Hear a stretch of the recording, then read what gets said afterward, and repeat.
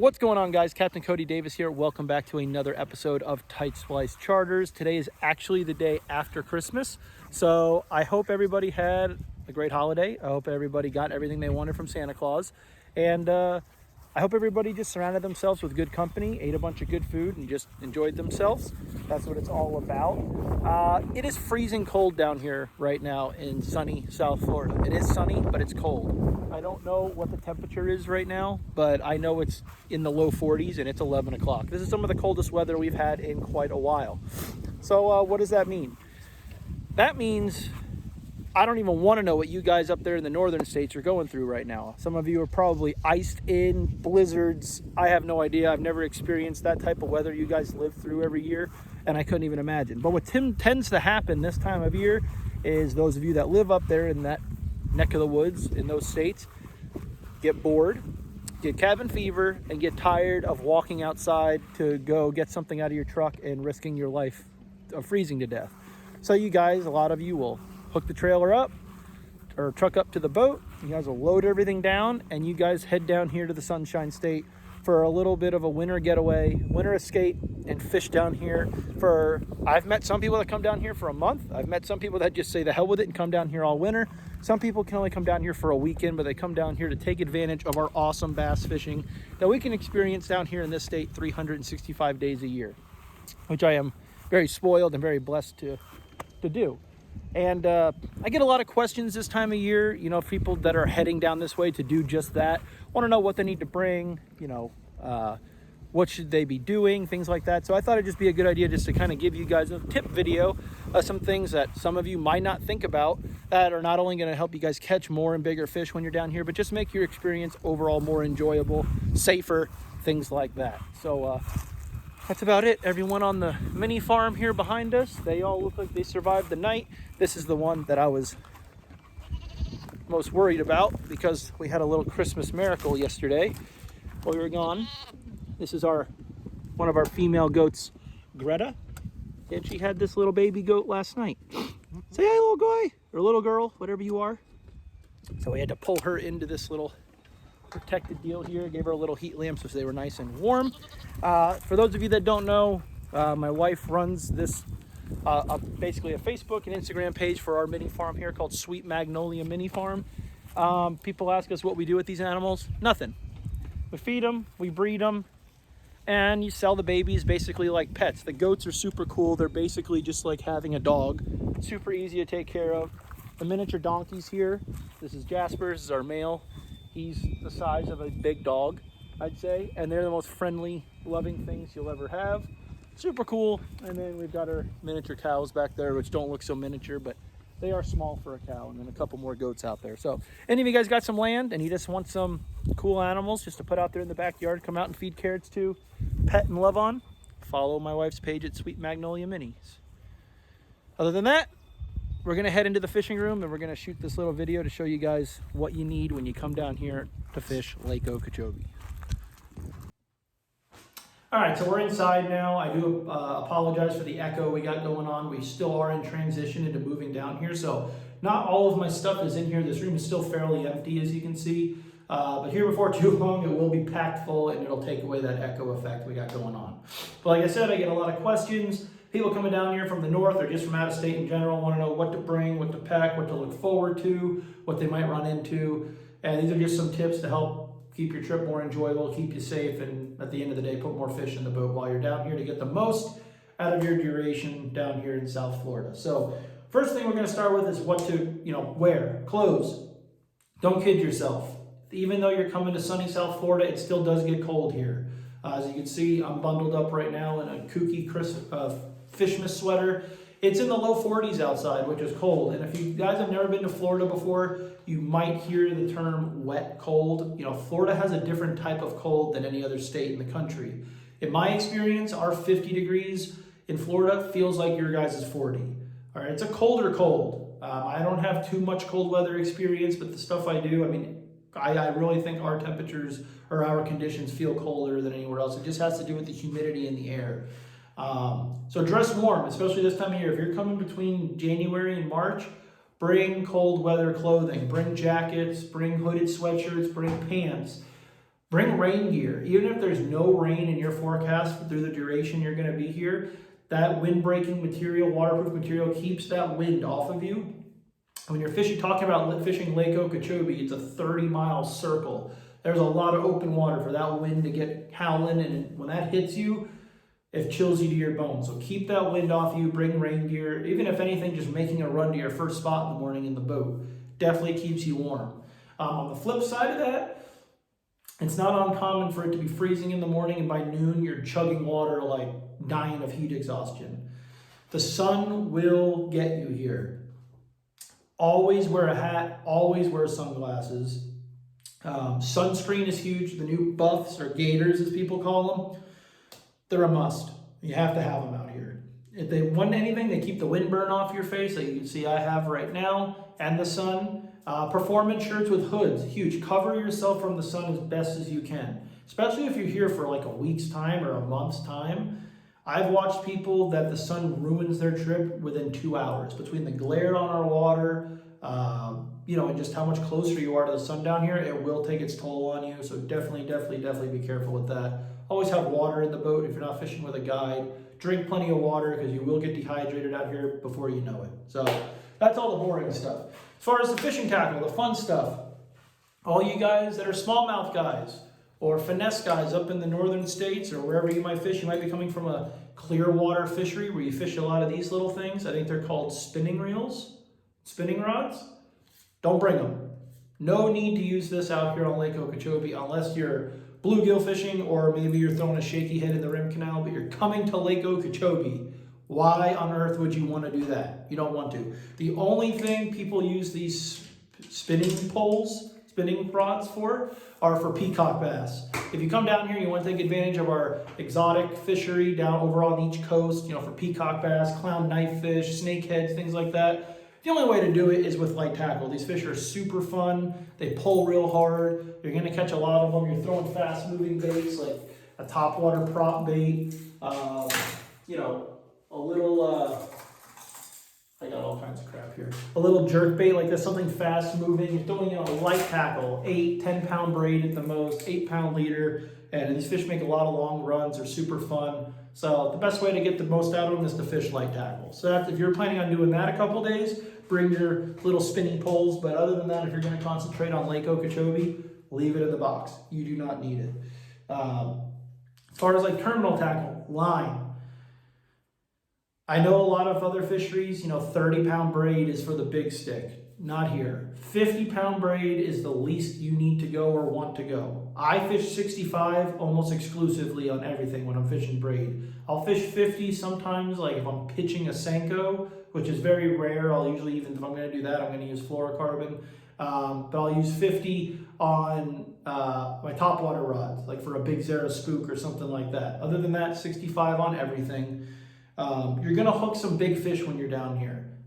You might only hook 1 or 2, and if you lose them because your braid broke on you and you're trying to drag them through needlegrass, hydrilla, pads, dollar pads, through 3 buggy whips and a thing of flat reeds all in one cast, you're going to be pissed. And that's an everyday occurrence here. They're in the thickest, nastiest stuff you can find, especially this time of year when it's cold. They're hunkered down. So you're going to get big bites and some really nasty stuff. Don't be afraid to break big line. Fluorocarbon guys, for your moving baits, chatter baits, for your lipless crankbaits, for throwing a worm or dragging a swimming worm or a Senko style bait around. 20 pound. No need to go under 17. I throw a lipless on 17 fluoro or 17 mono. I throw my chatter baits, my vibrating jigs and spinner baits on 20. And, I throw obviously a lot of swimming worms or Senko style baits, and I throw them on 20-pound fluoro also. Our fish are big, our fish are mean, they're aggressive. Florida strain bass, every state wants them for that reason. They're not afraid to eat big stuff, and you're going to get big bites. You want to get them in the boat. Moving from that, baits. Well, and rods and reels too.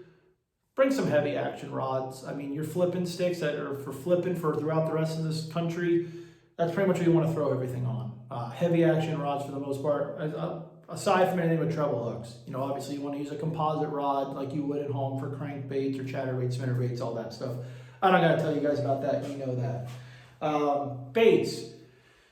You're going to look online, you're going to read, you're gonna this, you're gonna that. At the end of the day, you and I both know you're gonna come down with a boat full of stuff, and you're still gonna go to the tackle shop because you're gonna buy this and buy that because you heard this and you heard that. So, only thing you need to get started, we're going to start with flipping, is a beaver style bait. This is a Missile Baits D-Bomb. Everyone knows this is one of my favorites. The Reaction Innovation Beaver, a Gambler Ugly, whatever your beaver style bait you like at home. Strike King Rodent, I know, is big throughout the rest of the country.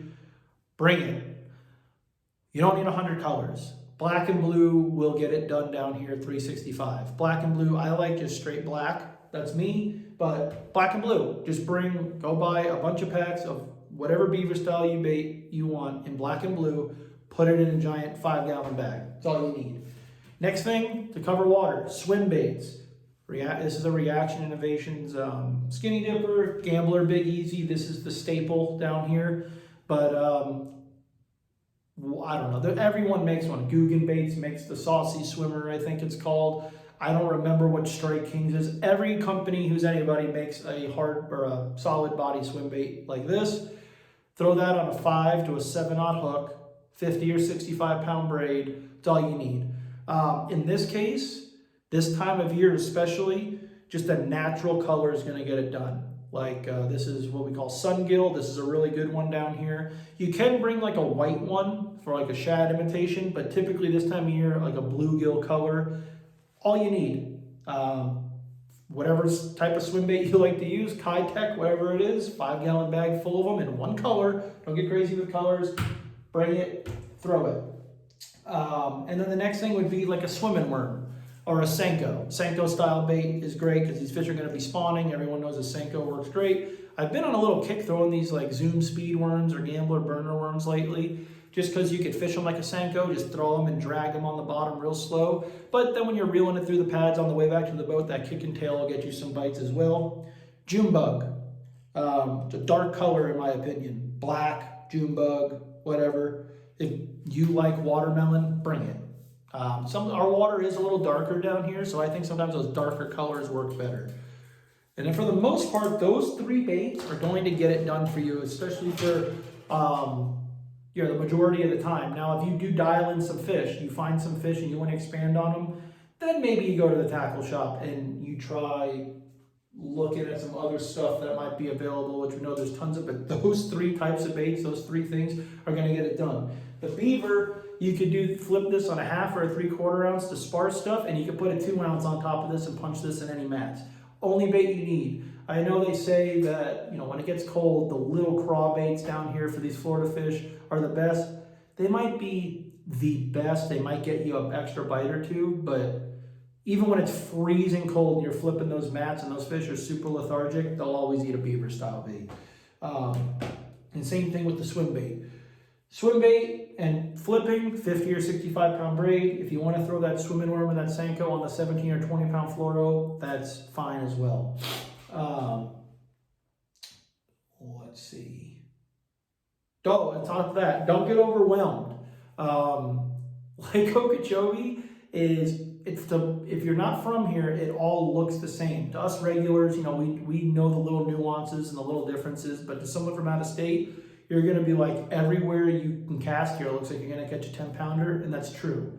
There are fish everywhere on this lake, from 6 feet off the boat ramp to in the boat ramp basins themselves, to out in the middle of the lake, in the middle of the muddy water and nothing. There's fish everywhere. So you're around fish. Don't ever question that. As long as you can see down 4 inches in the water and you're around some vegetation, you're around bass, okay? Take your time, pick it apart, and fish it. Don't worry about running 30 miles from the boat ramp you put into. That's pointless. You're just going to spin yourself out.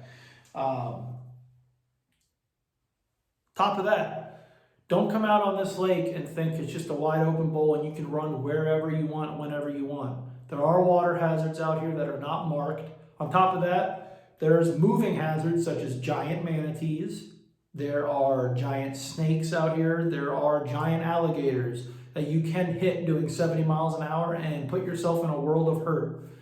You're not fishing a tournament down here. You're down here just for a good time. Just cruise in your boat. If you're running a backwater trail, which there are many of, don't run it wide open for a couple reasons. One, if there's a log or a gatorling across it, you're going to end up in the buggies or in the bulrush and no one's ever going to find you. If there's an oncoming boat, that causes really bad accidents. On top of that, our water hyacinth mats and chop grass mats, mud mats will float into a boat lane. You'll come around a corner and literally launch your boat and land on top of a mud flat.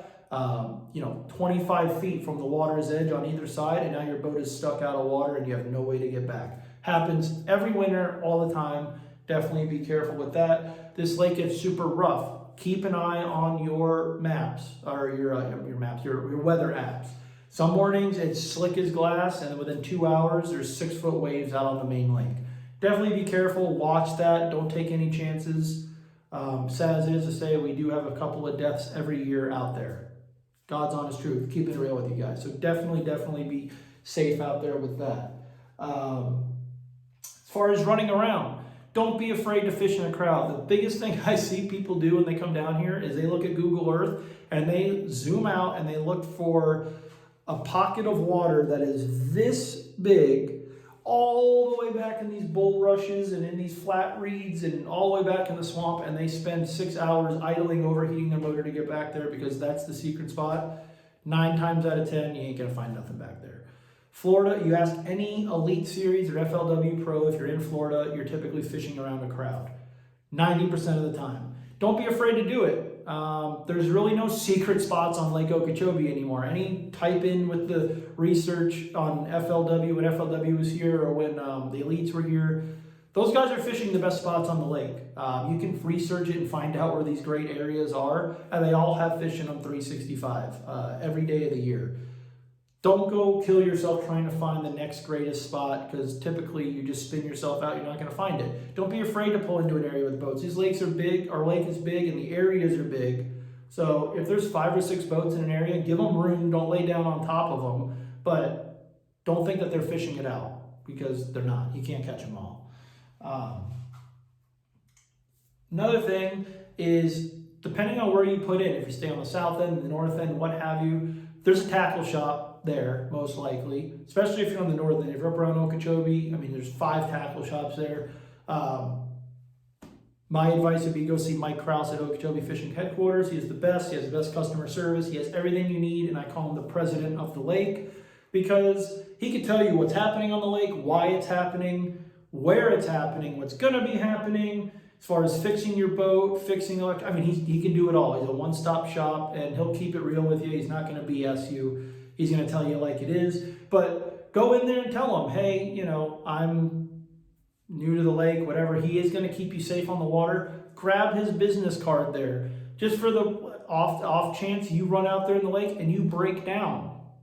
What happens now? You're down here, you don't have any friends or family down here with you, you need help. You can call a local tackle shop, and if they're busy, they can find someone. Hell, he'd probably call me and let me know there's someone broke down out there. Someone will come get you. We don't want anyone, hurt or stuck out in the lake, so someone can come find you and come get you at that point. So get a local's phone number some way, whether it's through a tackle shop, a local business, whatever, because things happen. Things break out on the water, and if you're unfamiliar with the lake, it's not a place you want to be spending the night out there. The last thing I'll probably tell you, which is going to sound kind of biased, but if you're down here for a long time, book a guide. I'm not saying book me. There's 100 other guides out there.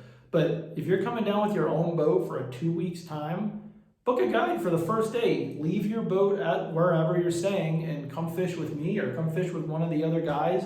We can run you around the lake, and if anything, you're gonna know. We're gonna take you to a spot that has fish right off the bat. So if you want to go there the next day, it doesn't matter to me. I don't care. But if anything, you're seeing what to look for, what to be throwing, what's going on the lake, how not to run the lake, where not to run so you don't beat your boat or run across a rock pile. And I have a trip in 2 days with the guy doing this very exact same thing. It's the smart thing to do. I know I would do it if I was going to another lake to say that I had never been on for any number of days.